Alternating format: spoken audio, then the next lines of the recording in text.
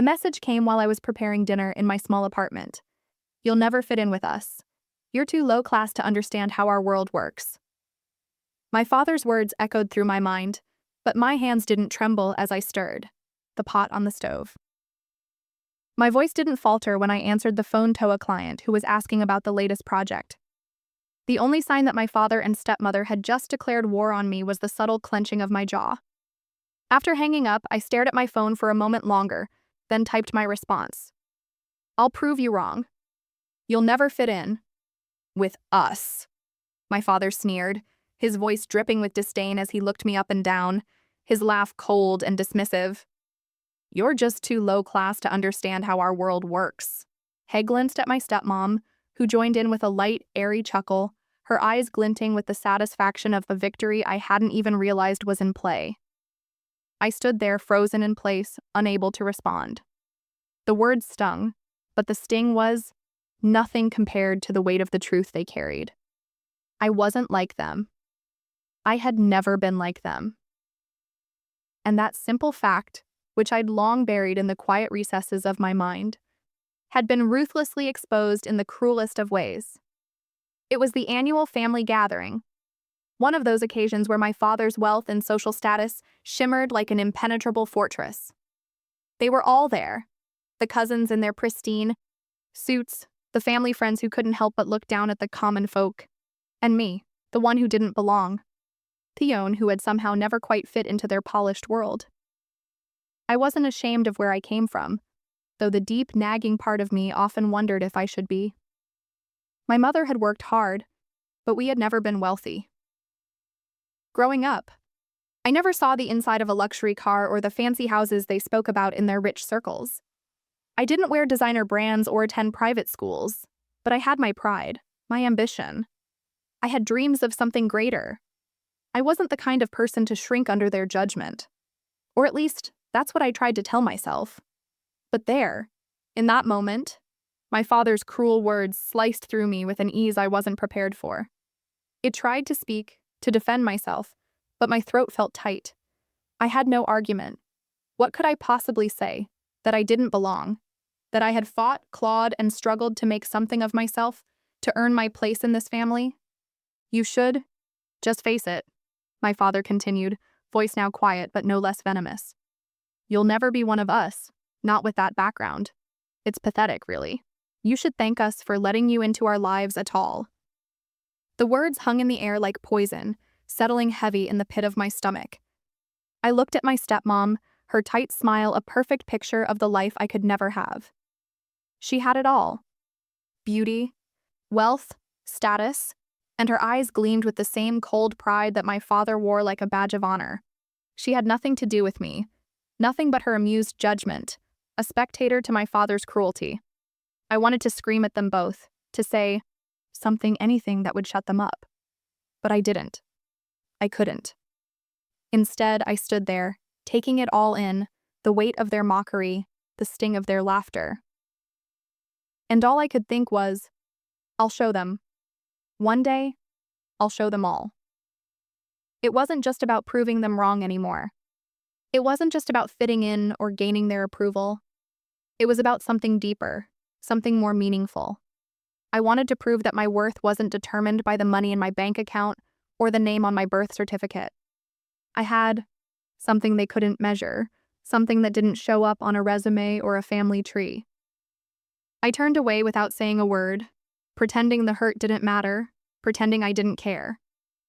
But I knew deep down that I wasn't done with this. Not by a long shot. The battle had just begun. The days following that family gathering were a blur. The laughter from that night still echoed in my mind, like a haunting melody that wouldn't fade. I tried to shake it off, telling myself that it wasn't important, that their opinions didn't matter. But the reality was, they did. It wasn't just my father's cruel remarks. It was the unspoken truth that had lingered for years, gnawing at me. I'd always been on the outside, always trying to make my way into a world that clearly wasn't meant for people like me. Every family dinner, every holiday gathering, I could feel the difference. The way they looked at me, the way they talked around me, assuming I wouldn't. understand their conversation about business deals, investment strategies, or whatever the latest fad in the elite world was. It was like I was invisible, or worse, a charity case they didn't know how to get rid of. I worked hard to fit in. I dressed the part, wearing clothes that were never quite as expensive, but still sharp enough to not stand out. I tried to speak their language, learning about stock markets, luxury cars, and fine wines, though it always felt like wearing a mask. Every time I opened my mouth, it was like I was pretending to be someone I wasn't. I wasn't one of them. I never would be. But what really hurt the most wasn't the disdain from strangers or even the subtle judgment from distant relatives. No, it was from the people who were supposed to love me unconditionally, the people who were supposed to be on my side. My father was the hardest. He had always been distant, never truly seeing me for who I was. Growing up, it was like I was constantly trying to earn his approval, even when he never asked for it. My stepmom, though, was a different kind of cruel. She was the kind of person who would smile to your face, then turn away with a laugh, leaving you wondering if the kindness was ever real. I had learned to live with their coldness. But that night, those words, they had broken something inside me. They made me question everything. My worth. My place in this family. I spent the next few days in a kind of haze, trying to figure out what I was supposed to do. How could I prove them wrong? I wasn't rich. I wasn't born into their world. But I had something they didn't. Ambition, heart, and the desire to make a life on my own terms. I spent long hours at the office, working harder than ever, ignoring the exhaustion that gnawed at me. I threw myself into my job with a kind of reckless determination. It wasn't about the money, at least not for me. It was about proving that I could make something of myself without relying on their approval. But it wasn't easy. Every time I sat at my desk, I could hear their voices in my head. You'll never be one of us. You're too low class for this world. I clenched my fists, pushing the thoughts away. I wouldn't let them win. I couldn't. One evening, as I sat at my desk, scrolling through emails, my phone buzzed on the corner. It was from my father. My heart skipped a beat. We hadn't spoken much in the days since the family gathering, and every time I thought about calling him, a sense of dread filled me. What could I possibly say to him? What could he possibly say to me after everything that had happened? But this wasn't just a casual message. It was an invitation, one that made my blood run cold. He wanted me to attend a meeting with him and my stepmom the next week. A business meeting, he said. Something important for the family. I didn't know why he wanted me there. The idea of being in the same room with him and her again made me stomach turn, but something inside me told me that I needed to go. This wasn't just about the meeting. It was about standing my ground. About showing them that I wasn't afraid of their judgment, that I wasn't going to be the victim in their little game. So I agreed. I would go, and I would face them. Maybe I wasn't one of them, but that didn't mean I didn't belong. Maybe it was time to prove just how wrong they were about me. The night before the meeting, I could barely sleep. My mind raced with possibilities. What would they say? How would I handle it? Part of me wanted to march in there, tell them exactly what I thought of their narrow views, and walk out with my head held high. But I knew better. I wasn't about to give them the satisfaction of seeing me unravel in front of them. I dressed carefully the next morning, choosing an outfit that was both professional and understated. It wasn't flashy, nothing about me ever was, but it was well-tailored and polished. I had always believed that if I couldn't win them over with their idea of wealth, I could at least stand out for my competence. I would show them that I was more than the person they mocked behind closed doors. The meeting was set at their upscale office in the heart of the city. As I walked into the building, I could already feel the weight of my father's world pressing down on me. The sleek glass walls, the polished floors, the whispers of people with money to burn. It was all so foreign to me. I had never belonged in a place like this, but today, I wasn't going to let that stop me. When I entered the conference room, I found my father and stepmom already seated.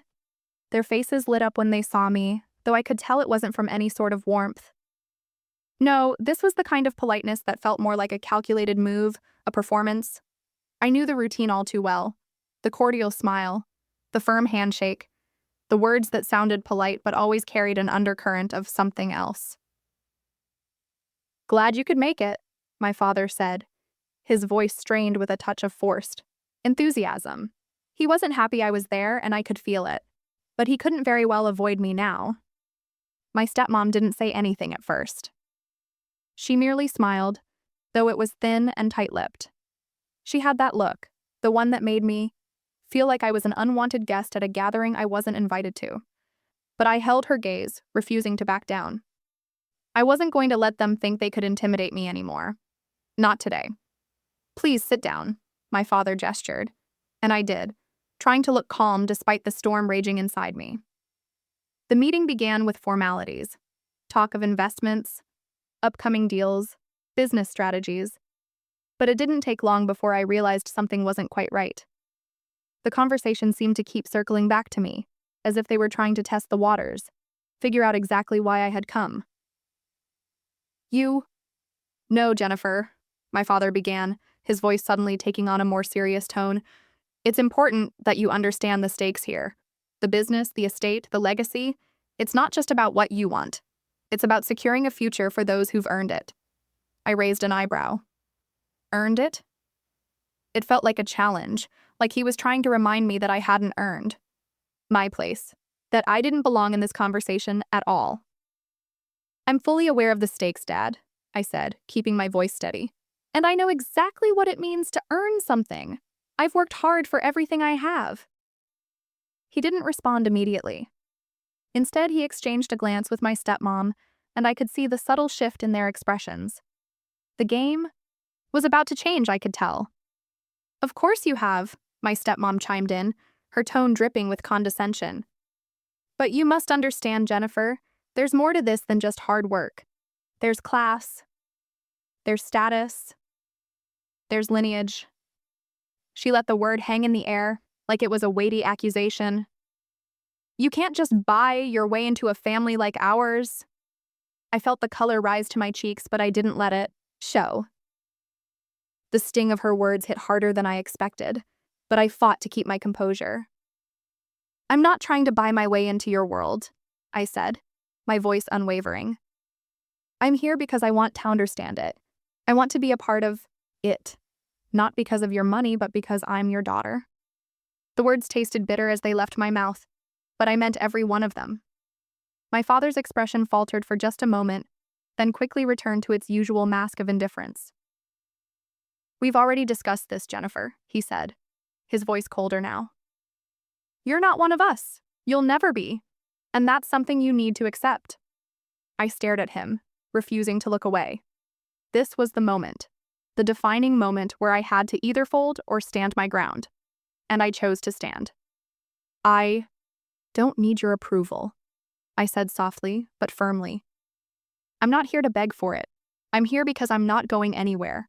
Whether you like it or not, I am part of this family, and I'll prove it in my own way."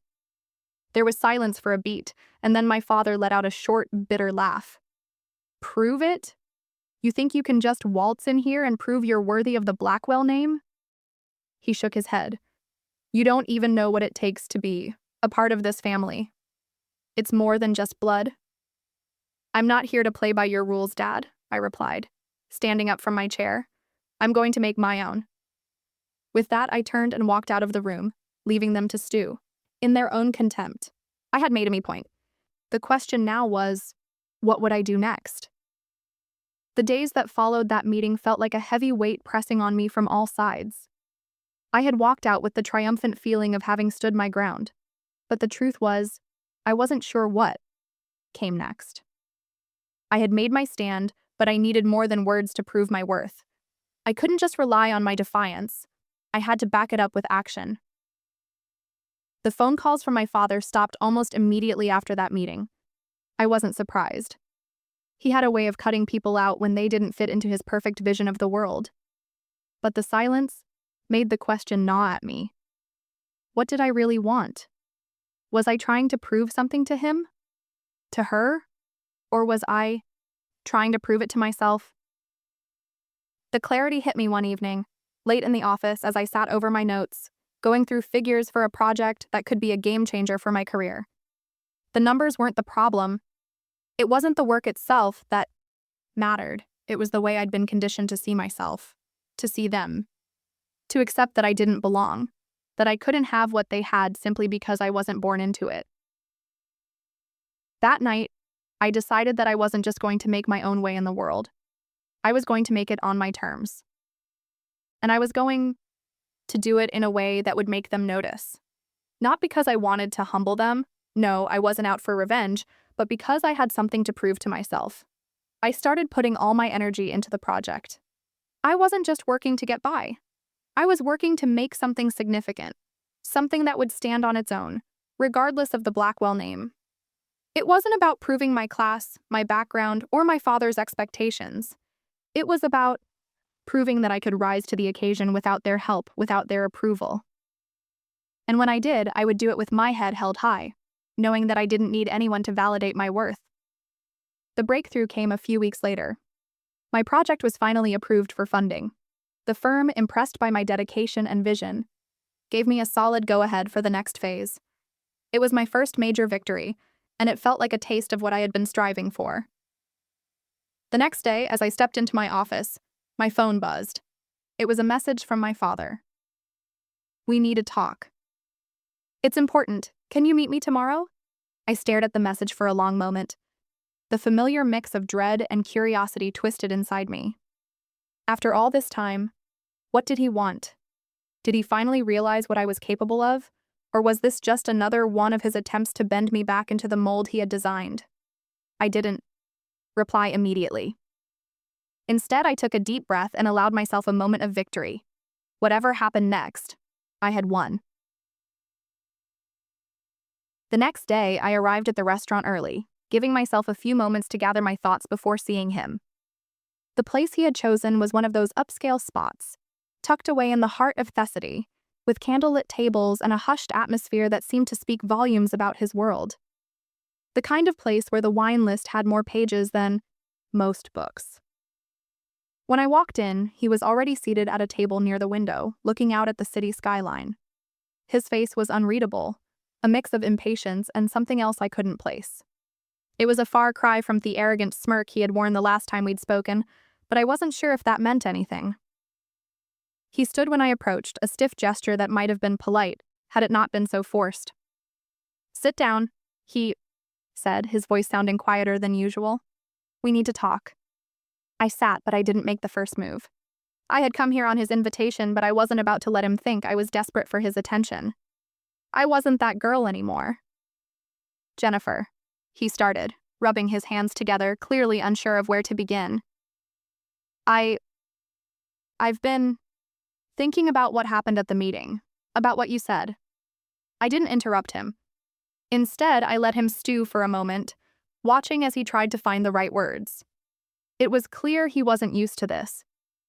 To me, standing my ground. To me, rejecting his worldview. And for the first time, I felt like I had the upper hand. "I'm sorry," he said finally, his voice softer. "I didn't mean to push you away like that. I guess I've always expected you to be someone you're not." I raised an eyebrow. Not sure if I was hearing what I thought I was hearing. "What does that mean?" He sighed, leaning back in his chair. "I know I've been hard on you. And I've always made it clear that, well, that you didn't fit in with our world. But maybe I was wrong. Maybe I was trying to force you into something that wasn't you."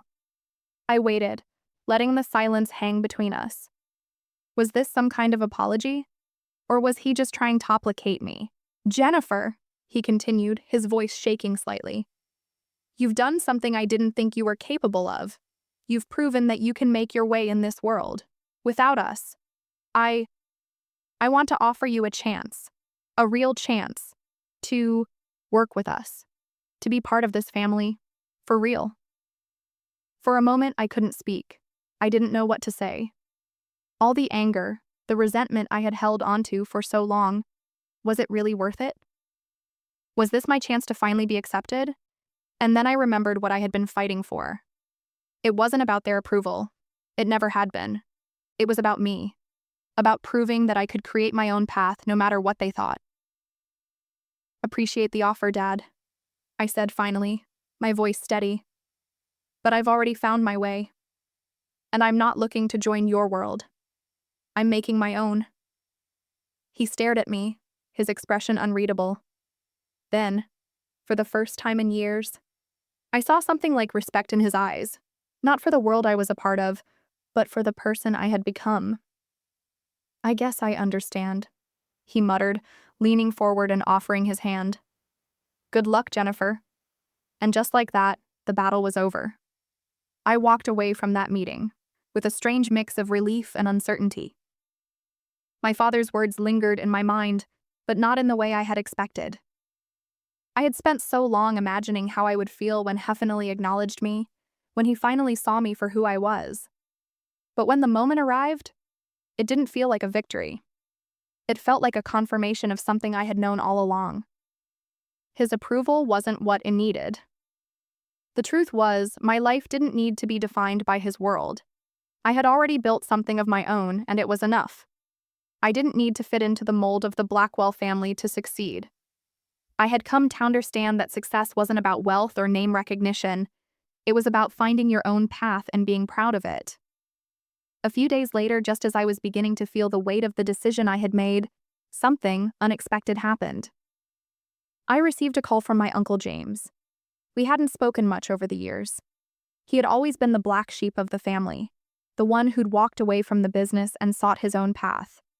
He was different from the rest of them, more genuine, more real. The phone call was short, but the message was clear. He wanted to meet. I hesitated at first. After all, my father and stepmom had made it clear that I didn't belong in their world. Why would James reach out to me now? Was he trying to pull me back into their orbit? But something about his voice on the phone made me reconsider. He wasn't the same as the others. I agreed to meet him the next day at a small cafe in the city, a place that was far removed from the pristine, polished settings of my father's world. It was quieter here, more intimate, perfect for what it needed. When I arrived, James was already there, seated at a corner table, his face tired but warm. He smiled when he saw me and stood to greet me, giving me a brief hug before motioning for me to sit. I know this might seem strange, he began, sitting down across from me. But I've been thinking a lot about you lately, and about how things have gone with your dad. I didn't say anything right away. I hadn't spoken to James much since I was younger. He had always been distant, too wrapped up in his own life. But I could tell that there was something he wanted to say. I've watched how hard you've worked to make a name for yourself, he said, his voice steady. And I want you to know that I see you. I know what you're up against. I looked at him, surprised by his words. There was no judgment in his tone, no hint of criticism, just understanding. I've always known you were different from the rest of them, he continued, his eyes meeting mine. And I admire that. You're not trying to be someone you're not. And that's something to be proud of. The warmth in his voice made my chest tighten. Here was someone in the family who didn't see me as a charity case, as someone who needed to be fixed. He saw me for who I was, and that meant more to Meth than any approval I had ever sought from my father. I've been thinking about how I can help, James said after a pause. Not financially or with connections, but just being here for you. You don't need to prove anything to me, but I want you to know you have my support, no matter what. I nodded, the weight of his words sinking in. For the first time in a long while, I felt like I wasn't alone in this. There was someone who believed in me. And it wasn't about my background or the family name, it was about who I was as a person. Thank you, I whispered, feeling a tear threaten to fall. I didn't know if anyone cared. James smiled, his eyes softening. Your family, Jennifer, and family always has each other's backs. That was all I needed to hear. It wasn't the approval from my father that would determine my worth. It was the support I found in the people who truly saw me. And with James by my side, I knew I could face whatever came next.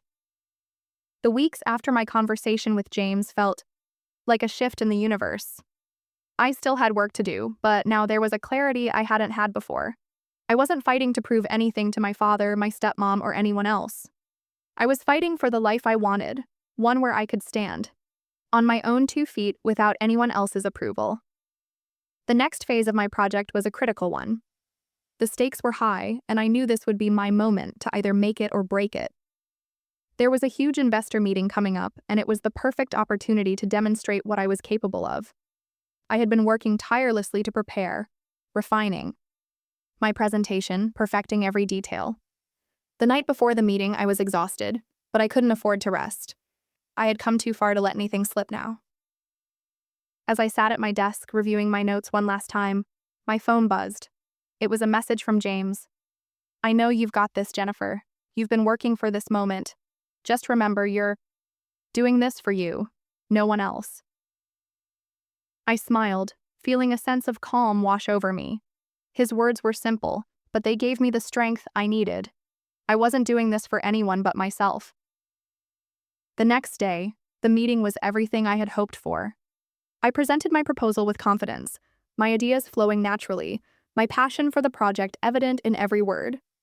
The investors were impressed, and by the end of the meeting, I had secured the funding I needed to take my project to the next level. As I walked out of the conference room, my heart was pounding, but there was a sense of pride that I hadn't felt in years. I had done it. Not because of my family's name, not because of their approval, but because I had put in the work and believed in myself. And in that moment, I realized something. I had already won.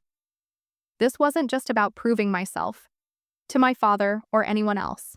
It was about creating my own legacy, one built on my own terms. The weeks after securing the funding passed in a whirlwind of meetings, deals, and milestones. For the first time, I felt like I was in control of my own destiny. Every step I took felt more certain, and my confidence grew with each success. I didn't need anyone's approval to feel validated. My worth was no longer tied to the Blackwell name. It was tied to what I was creating with my own 2 hands. But despite all of this progress, one thing still nagged at me. I had come so far, built something of my own, and proven to myself that I didn't need my family's influence. But there was one final piece of the puzzle. One last step I needed to take before I could fully leave the past behind. It was time to confront my father again. I hadn't heard from him since our meeting, weeks ago. Part of me had hoped that his sudden shift in attitude meant we could finally move forward. That maybe, just maybe, he would see me for who I really was. But I knew better. People like him didn't change easily. I found myself standing outside, his office staring at the glass doors. The place looked so familiar yet foreign to me now. This wasn't my world. And the truth was, I was done trying to make it my world. I stepped inside and was immediately greeted by the receptionist, who recognized me instantly. "Mr. Blackwell is expecting you," she said, her voice neutral but professional. I walked through the polished hallways, the familiar sounds of business deals and power moves echoing in the background. When I finally reached his office, my father was sitting behind his desk. His back to me as he looked over papers. His posture was stiff, the same as always. "Jennifer," he said without turning, his voice measured. "I knew you'd come." I didn't speak right away. Instead, I took a seat across from him, looking him square in the eye. "I've been thinking a lot," he said after a moment, his voice low. "About what you said. About you. About what you're doing with your life." I didn't respond. I wanted to hear him out, but I wasn't about to let him off the hook just yet. "I didn't realize it at the time," he continued, finally looking up to meet my gaze. "But I can see it now. You're not the same person I thought you were. You've made something of yourself. And I was wrong to dismiss that." His words, for all their weight, didn't come as a relief. It wasn't the kind of apology I had been waiting for. It wasn't even an apology at all. It was an acknowledgement, a begrudging acceptance of something he hadn't been able to see before. "I don't need your validation anymore, Dad," I said, my voice steady but firm. "I've built this on my own. Without you. Without your name." For a moment, the room was silent. He studied me, the corners of his mouth tightening slightly. "I know," he said quietly, the words seeming to hang in the air between us. But I want you to know that I'm proud of you, Jennifer. In my own way, I never thought you could do it. It wasn't everything. It wasn't the father I had dreamed of, the one who would accept me completely. But it was something. A small, hard-earned victory. And for the first time, I realized that this was enough. I didn't need more from him. I had proven to myself that I could succeed, regardless of his approval or lack thereof. I stood up, ready to leave, but paused at the door. "Thanks for the offer," I said, turning back toward him. "But I don't need to be part of your world anymore. I have my own now." As I walked out of his office for the last time, I felt a sense of finality. I wasn't a part of his world, and that was okay. I had built something for myself, and that was enough. Months passed, and the project I had poured my heart and soul into began to take off. The investors were happy, the results were promising, and slowly but surely, I began to realize that I was creating something bigger than myself. But as the success of my project grew, so did the recognition. I started receiving invitations to speak at conferences to meet with other leaders in the industry, and before long, people were asking for my opinion on things I had once only dreamed of. It wasn't just about the work anymore, it was about the impact I was making. And for the first time, I felt like I was finally living life on my own terms. But the real reward wasn't the accolades or the money. The real reward was the sense of freedom I had found. I was no longer chained to the idea that I had to prove something to anyone, especially not to my father. I often thought back to the moment when James had told me that I didn't need to prove myself. How right he had been. I didn't need to be validated by anyone. My success wasn't about getting them to see me for who I was. It was about seeing myself for who I was. It was about knowing, deep down, that I was worthy. That I didn't have to fit into their mold to be something great. And so, as I looked at the work I had created and the future ahead of me, I realized that the greatest inheritance I could have ever received wasn't money or a family legacy. It was the freedom to build my own path, a legacy that would belong to me, and only me.